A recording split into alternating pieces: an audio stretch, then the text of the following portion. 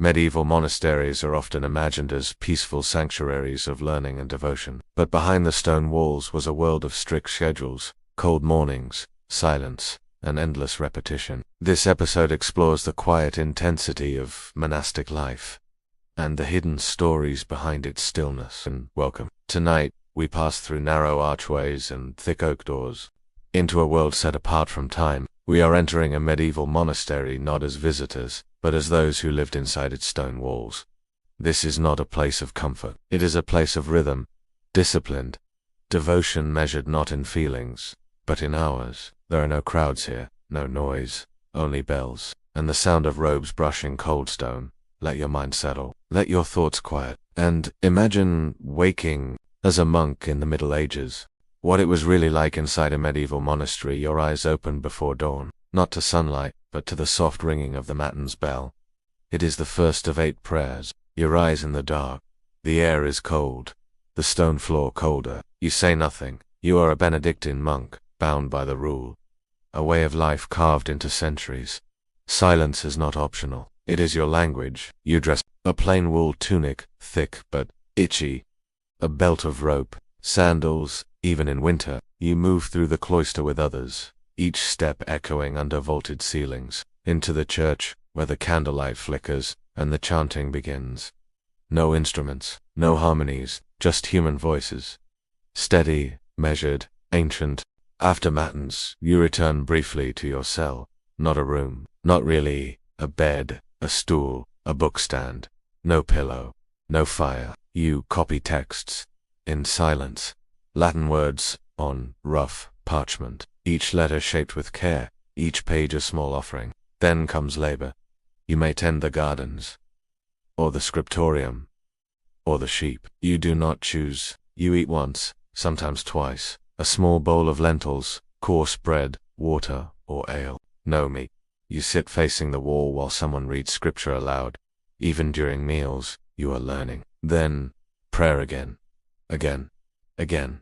It becomes your clock, your gravity. You confess weekly, fast often, and speak rarely. If you are troubled, you write, or pray, or walk the cloister, counting the same stones, over and over. And yet, there is peace here. Not comfort, not joy, but a stillness you come to understand. A silence that becomes familiar, like the feel of worn robes against your skin. And when night comes, and the bell rings again, you return to your bed. No candle, no sound, just the faint scent of wax, and the slow settling of breath beneath thick stone walls. The monk who refused to stay silent in the 14th century. In the damp hills of northern England, a monk named Brother Ulrich lived among the He was known for his precision, his careful hand in the scriptorium, his faultless recitations at dawn. But what he was not known for, at least at first, was his questioning. It began in the margins, notes scribbled alongside copied texts. Not rebellious, just curious. Why must penance require hunger? Why is silence holier than mercy? Why does the rule speak little of kindness, but much of obedience? At first, no one noticed. His days were quiet. He copied. He prayed. A visiting abbot read his annotations, softly written, but undeniably bold. Ulrich was called before the prior. He did not raise his voice, did not argue. He only said, "I have kept silence in voice, but not in thought." It was enough. He was moved to a smaller monastery farther from town, where he could not disturb the others. There, he was given fewer books, shorter prayers, more manual labor. But still, he wrote, not on parchment, but in wax, on scrap wood, in dirt behind the stables. He wrote questions, small meditations, soft doubts. Years passed, and then he vanished. No records note his death. No burial site was ever found. But one winter, a stack of wax tablets was discovered hidden behind a loose stone in the wall. They bore his name and his writing. Not angry, not bitter, just one sentence, repeated again and again. Obedience is not always peace. His fellow monks buried the tablets, burned the scraps, but the prior, perhaps out of guilt, kept one. And in the margins of his own breviary, he wrote something strange. Ulrich's silence was deeper than ours, and so he became a kind of quiet echo. A monk who never shouted, but who dared to wonder, softly.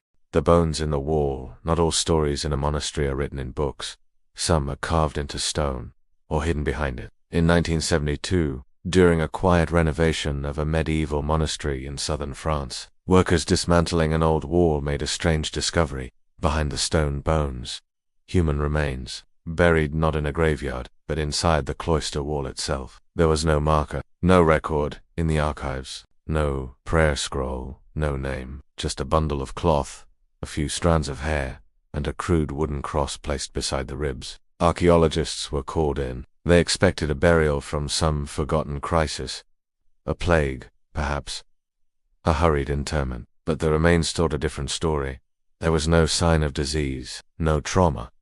The man had been not discarded, placed as if hidden with intention. Further study revealed the bones had been buried long after the wall was first built. Someone had broken into the wall not to destroy it, but to tuck something away, quietly, secretly.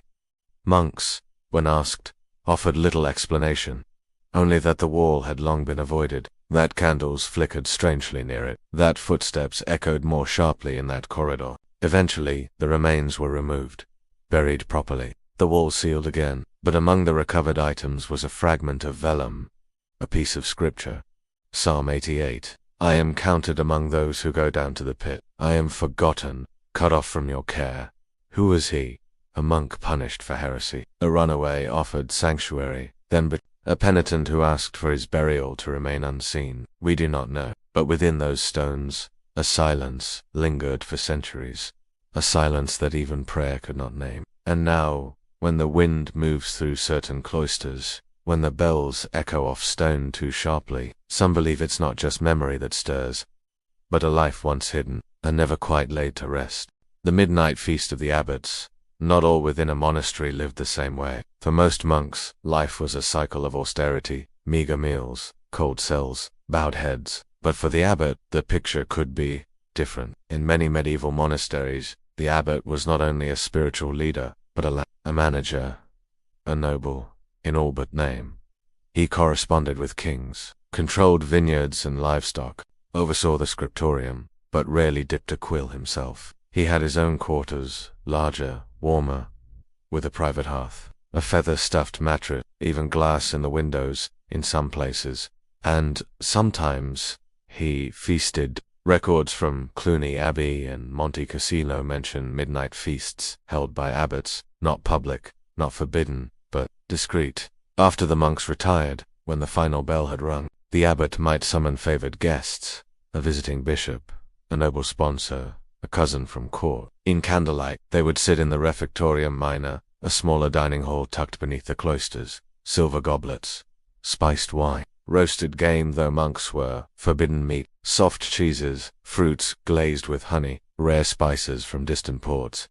They spoke softly, laughed quietly. This was not indulgence, they would say, but hospitality, a duty, yet many monks never tasted these things. Their bread remained coarse, their stew thin. Still, they bowed to the abbot, blessed his decisions, and continued to rise before dawn to chant beneath cold stone, because in the structure of the monastery, the abbot stood closest to God, and sometimes to power.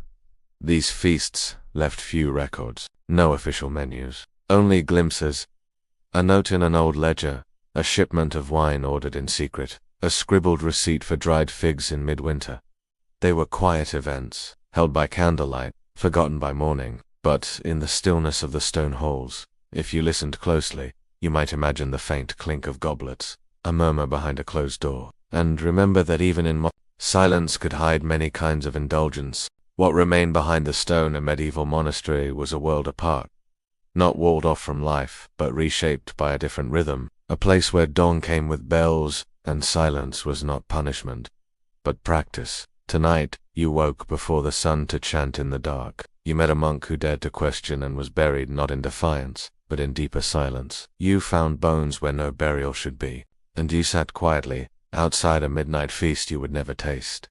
This was not the romantic peace we often imagine. It was repetition, cold stone, and quiet that pressed in from every side. And yet, there was something steady in it. A stillness, a kind of devotion not found in words, but in the act of rising, of copying, of bowing. And now as your breath softens, and the quiet of your own room surrounds you.